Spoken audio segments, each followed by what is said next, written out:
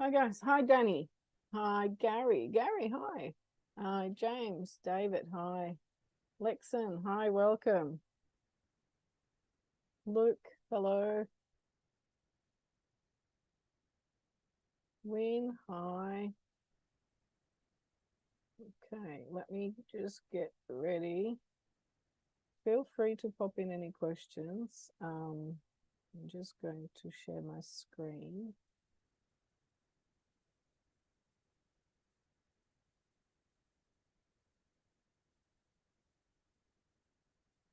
Okay. So, yeah, welcome. Oh, there's more people. Hi. Hi, James. Excellent. Feel free to ask questions. So I welcome to today's Sunday market update for Sunday 19th of November. And I'm going to just go through a couple of charts that I'm looking at for next week. And yeah, feel free just to pop your questions in the chat. Sunday market. Here we go. So the first chart I'm looking at is CAD CHF. And I'm looking to see if this will continue in the downward motion that it broke through last week. So let's have a look. Where is my annotating tool? Let me just set that up. Okay. So last week, we had this. We had this level of support that I was looking to see if we have a bounce of that area, basically to create a double bottom. But that didn't happen. So now we have price action has gone below, and we have so far two bars that closed underneath that level. On the weekly chart, we currently have one close underneath that level. Not very far. So this week, what we're looking at, or what I'm looking at, is to see where that price action will continue to go. If we have price action continue to the downside, and we have a few more candles here, which would be in line with the seasonality for the next week, then I would be looking for a pullback to that level, previous level of support, and then see if there is a reversal pattern of some sort to then look to go short. If that is not the case, then obviously we might just have price action back to the previous, levels. So we might have some kind of small bar and maybe then a bigger bar and then back above what will be the new weekly pivot. Weekly pivot will be lower. So as of tomorrow, weekly pivot will be down here. Okay. So we're looking at basically a retest of that weekly pivot, bounce of that weekly pivot to go short with the seasonality unless broken back above. So watch that price, see what happens there. Next pair I'm looking at is Euro GBP. And Euro GBP is a... So we're currently back at that previous level of support. Okay. We have good cyclicity. The seasonality is bearish. So if there is a reversal, we could be going back down. However, weekly pivot is going to be higher. Let me just change the color. There we go. Weekly pivot next week will be higher. So if we have price action that keeps going up and then comes down to bounce off that level, then we could be looking for long. However, we do have conflict with the seasonality. So just check before looking at long opportunities on this.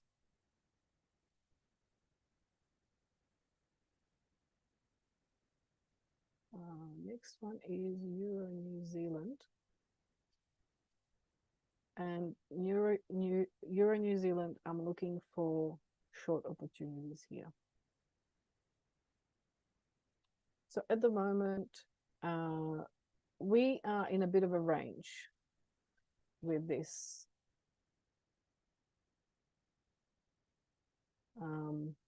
At the moment, but we did have a lower high from the previous, and we already had a lower low. And now we are in this basically this range here. Next week, pivot will be higher, but I see these reversals here as a sign that price really does not want to go higher, which correlates with seasonality being bearish. So I would be looking for price action to reverse and looking for short opportunities. So either reversal at the top of the channel to go short. Probably actually, let me just redraw that, because we will have the weekly pivot at this level. So I would want something that closes below the weekly pivot to look for short, and the first take profit just before the monthly pivot, or wait for price action to go lower, break underneath, and retest there. So looking for short opportunities like that. All right, let me know if you've got any questions. New Zealand, let me just move that down a little bit. Okay, next currency pair I'm looking at is GBP CAD. And GBP CAD, looking for long opportunities here. Even though the channel is very wide, but we could still have opportunity to go higher in terms of following this price action channel here. At the moment, it's in a bit of a range, a bit of an indecision. So would like to see basically price to pull back to the bottom and look for long opportunities then. Weekly pivot will be higher, will be there, and goes with the bullish seasonality. So we could see that price action keep going, maybe to that level there.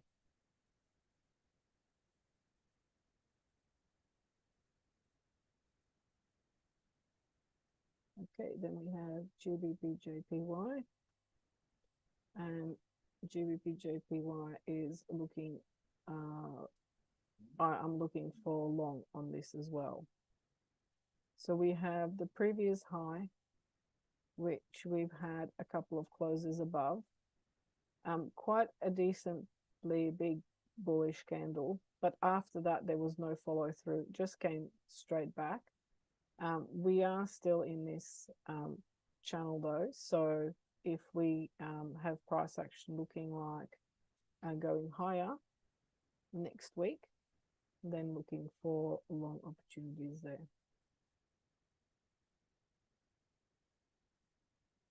Next, let me see what's next one. Okay, GBP USD also looking for long if we have a bounce of that previous level. So we had this level here, like that, broken above. Weekly pivot will be higher, so weekly pivot will be here. So looking for any, sort of pullback in this sort of area, and then bounce above. That area, the channel down here, has really already been broken. So looking for long opportunities on this.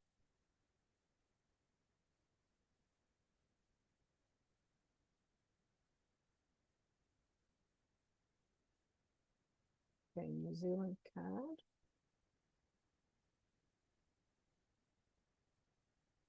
New Zealand CAD, looking for long opportunities on New Zealand CAD. Yeah.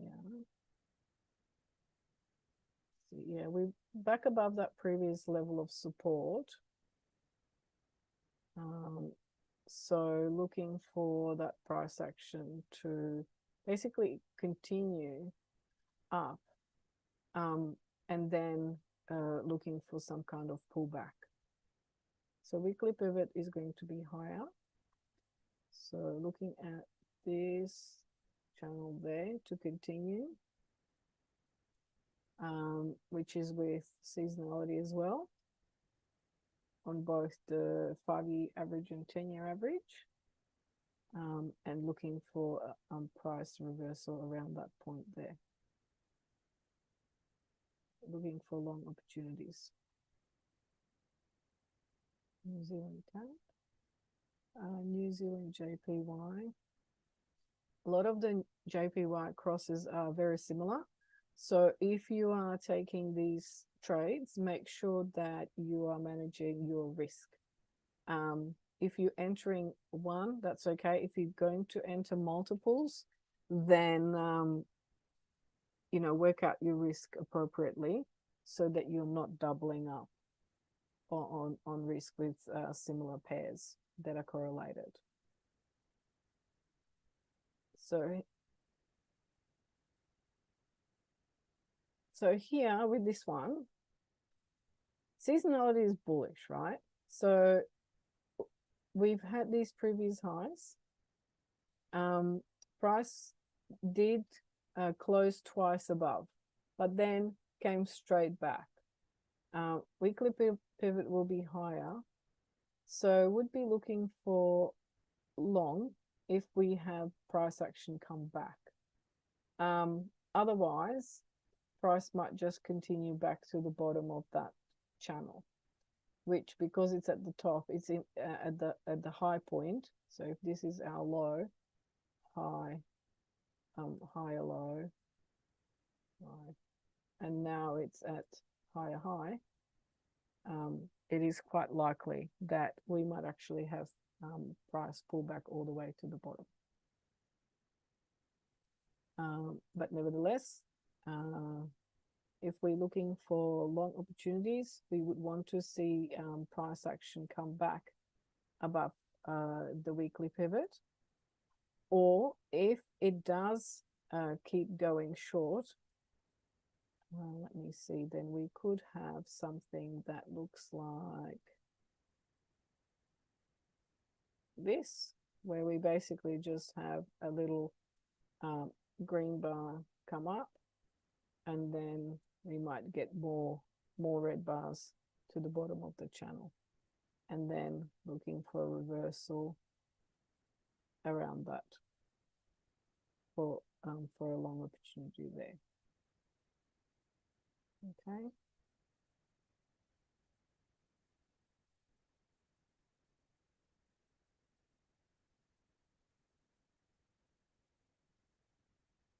Okay, last one is USD CAD. So with USD CAD, everything's actually indicating long. right? On this, we have, the long channel seasonality being bullish.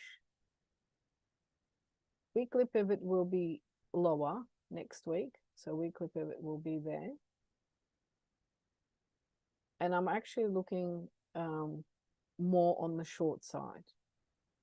So if I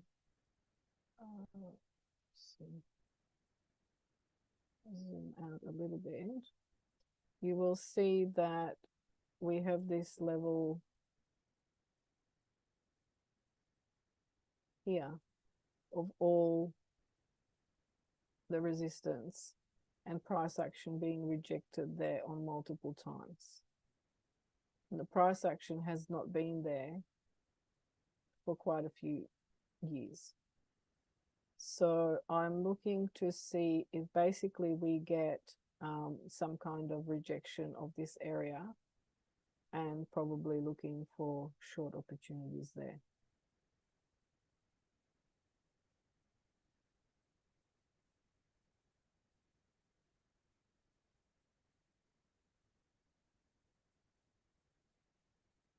At the moment, we have this price just going into a triangle. So we want that price action to get out of that area and to show us which way price will be going.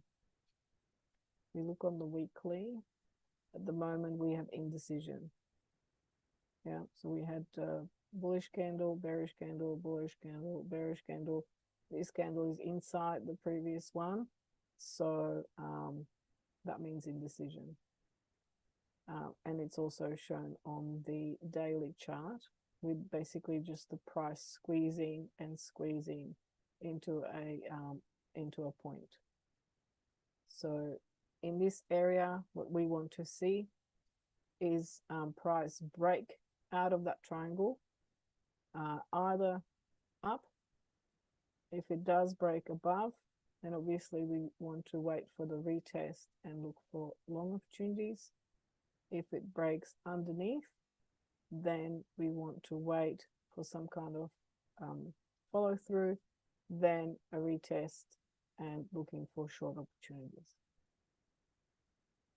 So yeah, my preference would be for short because of the price action, but because of the seasonality, it's showing bullish. So, either way, we just need to wait for that price action to confirm where the market will be going. No point in guessing, wait for the confirmation and wait for the price action. Okay, so those are the charts that I'm looking at. Let me have a look if there's any questions. Put them in the chat if you have any questions.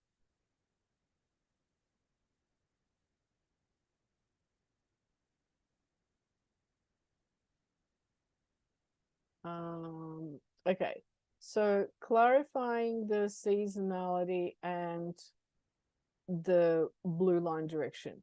Yeah, definitely with the EMA, which is the blue line, you would be looking for the blue line to be in confluence with the direction of the channel or the direction that you want to trade.